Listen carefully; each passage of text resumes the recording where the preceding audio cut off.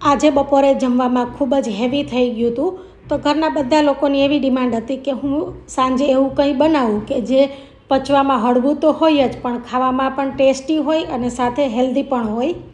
તો મને એમ થયું કે શું બનાવું. પછી મેં ફ્રીજ ખોલીને જોયું ને તો એમાં થોડા બધા શાકભાજી પડેલા હતા, જેમાં દૂધી, રીંગણ, કેપ્સિકમ, ફણસી, ગાજર, સિંગદાણા, વટાણા બધું જ મારી પાસે હતું. તમારી પાસે જેટલા શાકભાજી હોય ને એટલા આ રેસિપીમાં નાખી શકાય. જેટલા શાકભાજી વધારે હશે ને એટલી જ આ રેસિપી એકદમ સરસ ટેસ્ટી બનશે. તો મેં અહીંયા પહેલાં કેપ્સિકમ લઈ લીધા છે. કેપ્સિકમને આપણે આ રીતે મીડિયમ સાઇઝના ટુકડામાં કટ કરી લેવાના છે. એક વાતનું ખાસ ધ્યાન રાખવું કે બધા શાકભાજી છે ને એક સરખા જ કટ કરવાના છે. હવે આપણે બટેટું પણ લઈ લઈએ. બટેટાને પણ આપણે આ રીતે જ કટ કરી લેવાના છે. તો ફ્રેન્ડ્સ, મારી આ રેસીપી થોડી ઘણી પણ જો તમને ગમે ને તો વિડીયોને લાઇક અને શેર કરવાનું ભૂલતા નહીં. અને ચેનલ પર નવા હોય તો સબસ્ક્રાઈબ કરી સાથે આપેલું બેલ આઇકન પ્રેસ કરજો, જેથી આવનારા દરેક નવા વિડીયોની નોટિફિકેશન તમને સૌથી પહેલાં મળી જાય. તો હવે આપણે ગાજરને પણ એ રીતે એક સરખા ટુકડામાં કટ કરી લેવાના છે. તો અહીંયા તમે ગલકા, તુરિયા, ઘરમાં જે કોઈ શાકભાજી હોય તે બધા શાકભાજીનો ઉપયોગ કરી શકો છો. હવે આપણે રીંગણને પણ એક સરખા આકારમાં કટ કરી લેવાના છે. તો રીંગણ પણ આપણે બધા એક સરખા સરસ કટ કરી લીધા છે. તો હવે આપણે ફણસી એડ કરી દઈએ. તો અહીંયા મેં 4 થી 5 નંગ જેટલી ફણસી લીધી છે, જેનો આગળ પાછળનો ભાગ કટ કરી અને આ રીતે એક સરખા ટુકડામાં કટ કરી લેવાની છે. તો આપણે ફણસી પણ એકદમ સરસ કટ કરી લીધી છે. તો હવે આપણે દૂધી લઈ લઈએ. દૂધીની પણ છાલ કાઢી અને આપણે એક સરખા આકારમાં કટ કરી લેવાની છે. બધા શાકભાજી આપણે એકદમ સરસ કટ કરવાના છે. અને જો દૂધીમાં બીનો ભાગ હોય તો આપણે એ કાઢી નાખવાનો છે. તો અહીંયા દૂધીમાં મને થોડોક બીનો ભાગ દેખાઈ રહ્યો છે, તો એ હું કાઢી લઉં છું. એ આપણે આમાં નાખવાનો નથી. અને દૂધીને પણ આપણે એક સરખા ટુકડામાં કટ કરી લેવાની છે. બધા શાકભાજી એક સરખા એકદમ સરસ કટ થઈ જાય એટલે આપણે શાકભાજીને સારી રીતે ધોઈ લેવાના છે. તો બધા શાકભાજી મેં કટ કરી લીધા છે અને હવે તેમાં આપણે સિંગદાણા એડ કરી દઈએ અને સાથે વટાણા એડ કરી દઈએ. તો સિંગદાણા અને વટાણા તમને જે ક્વોન્ટિટીમાં ભાવતા હોય એ પ્રમાણે તમારે ક્વોન્ટિટી લઈ લેવાની છે. હવે બધું આપણે એક સારી રીતે ધોઈ લેવાનું છે.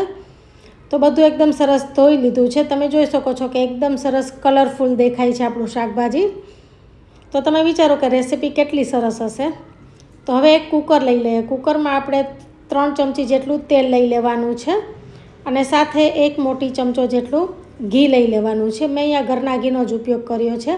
ઘી અને તેલ બંનેમાં આપણે આ રેસીપીનો વઘાર કરવાનો છે. તો તેલ અને ઘી એકદમ સારી રીતે ગરમ થઈ જાય ને એટલે એમાં આપણે સૂકા મસાલા કરશું થોડા. તો એમાં પહેલાં 2 થી 3 લવિંગ એડ કરી દઈએ.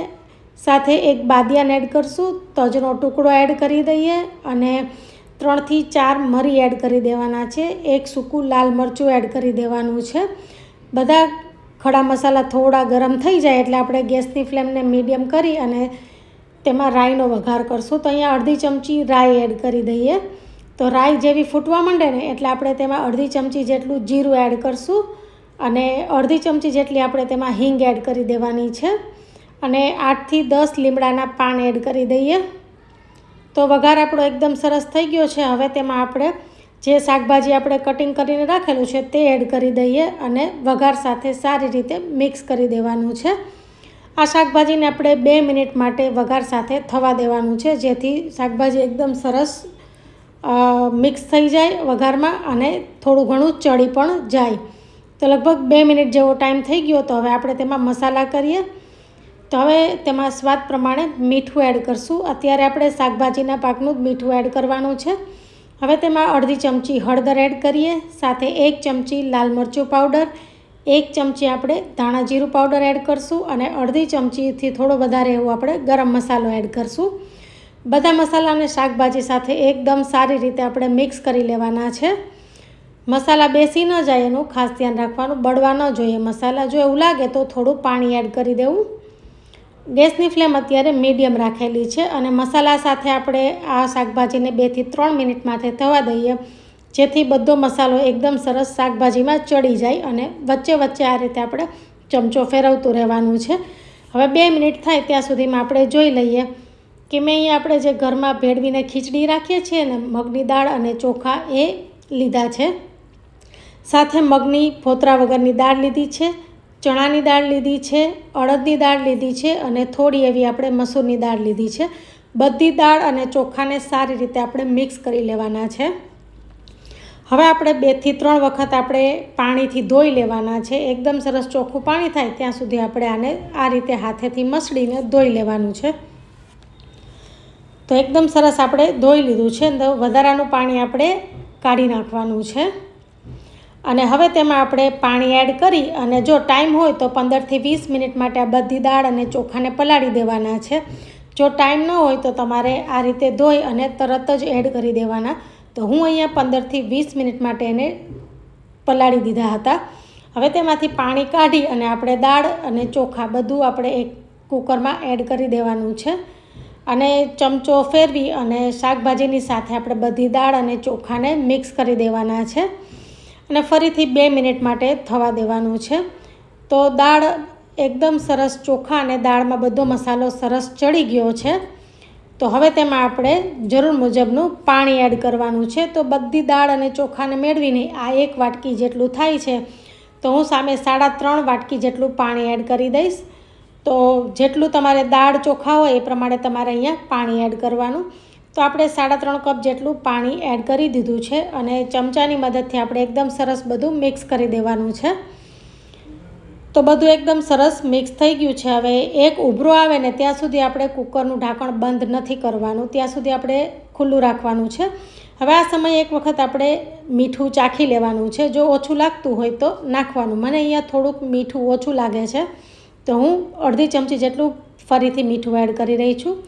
બધું સારી રીતે મિક્સ કરી અને એક સરસ આપણે ઉભરો પણ આવવા લાગ્યો છે, તમે જોઈ શકો છો.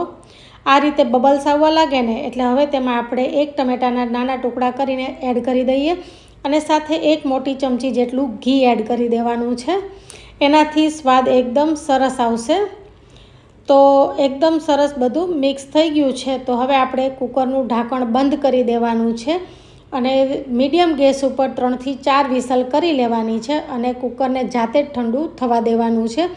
આ રીતે બધી દાળ મિક્સ કરીને જ્યારે આપણે ખીચડી બનાવીએ ને ત્યારે એનો સ્વાદ એકદમ સરસ આવે છે, પચવામાં પણ હળવી લાગે છે અને સ્વાદમાં તો એકદમ સરસ લાગે છે.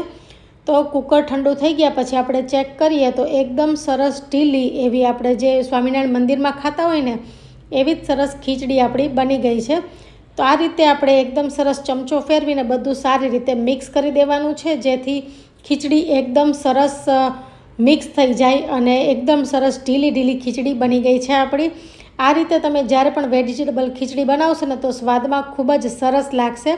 આઈ હોપ ફ્રેન્ડ્સ કે મારી આજની આ રેસીપી તમને ખૂબ પસંદ આવી હશે. હું આરતી ફરી મળીશ નવી રેસીપી સાથે. ત્યાં સુધી ટેક કેર.